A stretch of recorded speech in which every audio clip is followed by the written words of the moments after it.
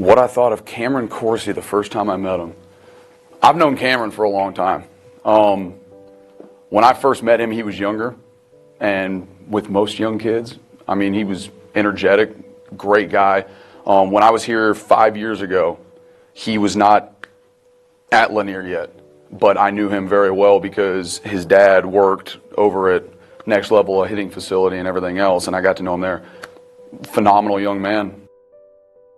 I started to love the game, like my dad always talked about. And growing up, I could never picture my life without baseball, or without playing. And that also kind of related me to my dad because we both care a lot about the game. And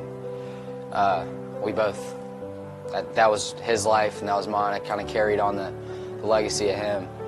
And when I got to high school, I was lucky enough, my dad was a coach, so he got to experience the high school baseball inside with me rather than outside the fence, so that was awesome. I thought it'd be fun, and I thought I wouldn't get caught, and I didn't think through what could actually happen if I did get caught, and I let other people basically dictate my decisions.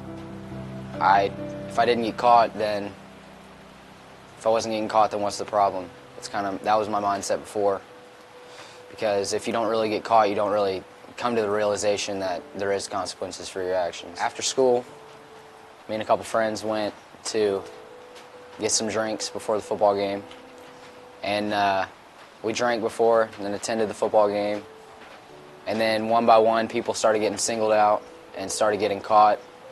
We never did that night, and then all weekend we left the game, and then all weekend we thought we were fine.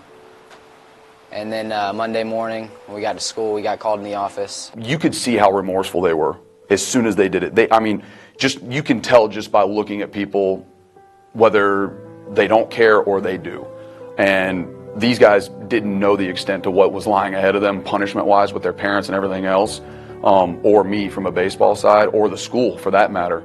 But you could just tell that they knew their life had gone down a different path.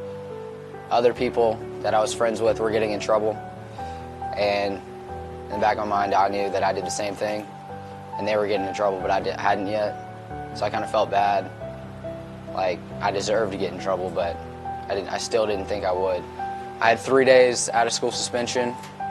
I had to take a drug and alcohol class in Norcross, and I got 5-game suspension from the baseball team. I showed absolutely zero respect because a lot of administrators, coaches, and even my parents, they've helped me get to where I am now and helped me play my whole life and stay in school, stay fun and everything. And it was kind of a smack to the face because I kind of just turned my head and basically showed a sign of that's not important to me.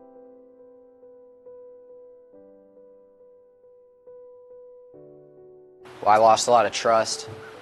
I feel like coaches and teachers, they don't really want to take chances on me anymore because they can't really depend on me, and then they never really know what's actually going to turn out of it because of this situation. So it's kind of a what if he does screw up again, that's just going to look bad for them, and they don't want to mess up their image. I mean, it pops up, but it's not something where I would ever identify Cam Coursey as the mistake that happened. He's still a phenomenal young man. He is learning. You know, the biggest thing is with him and the other players going on to college next year and them being on their own is what have they learned from this to make them better in the future. I felt kind of disappointed in myself because I knew that I knew that it was wrong, and I knew that it could affect more things than just getting suspended from school or not being able to go to the football games anymore.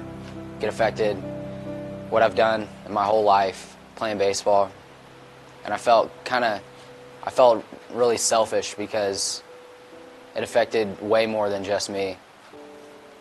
Once it happened, I felt like everyone kind of looked down on me like it was a dumb decision, but everyone kind of basically closed me out of everything. So I felt like I was left out of everything, but I didn't let it stop me. I didn't stop playing or stop doing everything. I just needed to prove to them that it wasn't going to happen again and that I would do the right thing.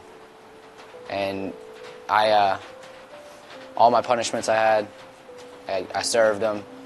Everything Coach Wyman wanted me to do, I was there for everything, 5 a.m., 6 a.m., whatever, I was there. And I just got through everything I needed to get through so I could earn respect back and earn my life back. You know, they go into talking about how trust is one of those things that you spend a lifetime building, and one small snap decision can absolutely destroy it, and then earning it back is, you know, a lot harder. I learned that you need to have respect for yourself and just say no to stuff.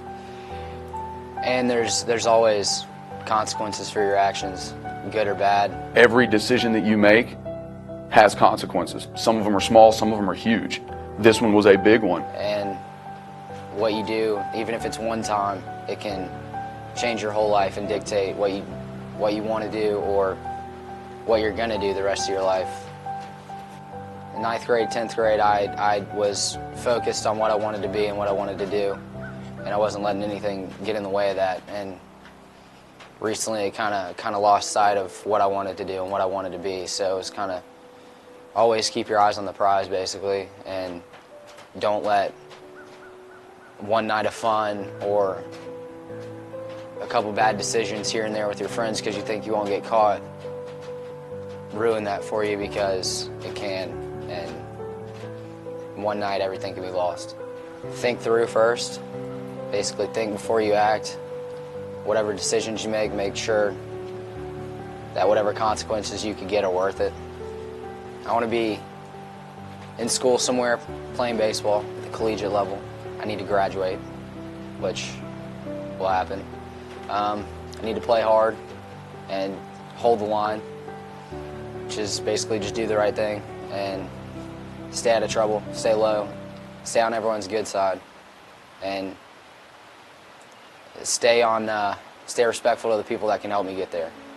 Individually, I had to apologize to all of them, and then I had to apologize to my teammates, all my coaches, and basically, you don't really have to say it anymore, you just have to do it and be respectful and do the right thing. You know, I don't define them by that. You know, from my point of view as a coach, it's forgiven. We've moved on. You know, their punishment is up. The community service that we had them do is over. The suspensions, you know, were up last week and everything else. So we have moved on. It could have been way worse. I was very lucky for it just to be disciplined with the school. It could have been, we could have gotten hurt, killed in an accident.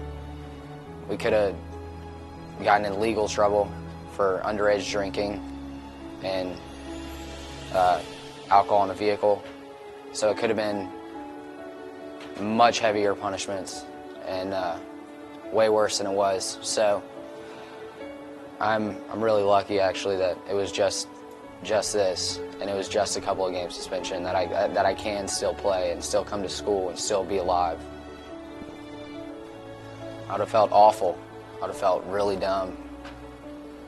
I don't really know how it would have been anymore. I wouldn't have been the same person. When I look back on this in a couple of years, what's going to stand out to me is I could have lost baseball. I could have lost basically my life if some things would have been different. I could have not been playing. Hopefully in 2 years I am playing still, so I could not be in that situation either. So it could have been like, wow, I could have lost this. You will get caught, no matter how many times you do it, how many times you think you're not going to get caught, how many times you're sneaky about it, and how many times you're slick about it. It's always going to come back around and get you. And no matter who you are, whatever you have, no matter how good you are at whatever you do, it'll always come back to haunt you. So if you don't want to lose the things you love, just be smart about what you do and think before you act. My name's Coursey. I'm a senior baseball player at Lanier High School. And this is my Longhorn life.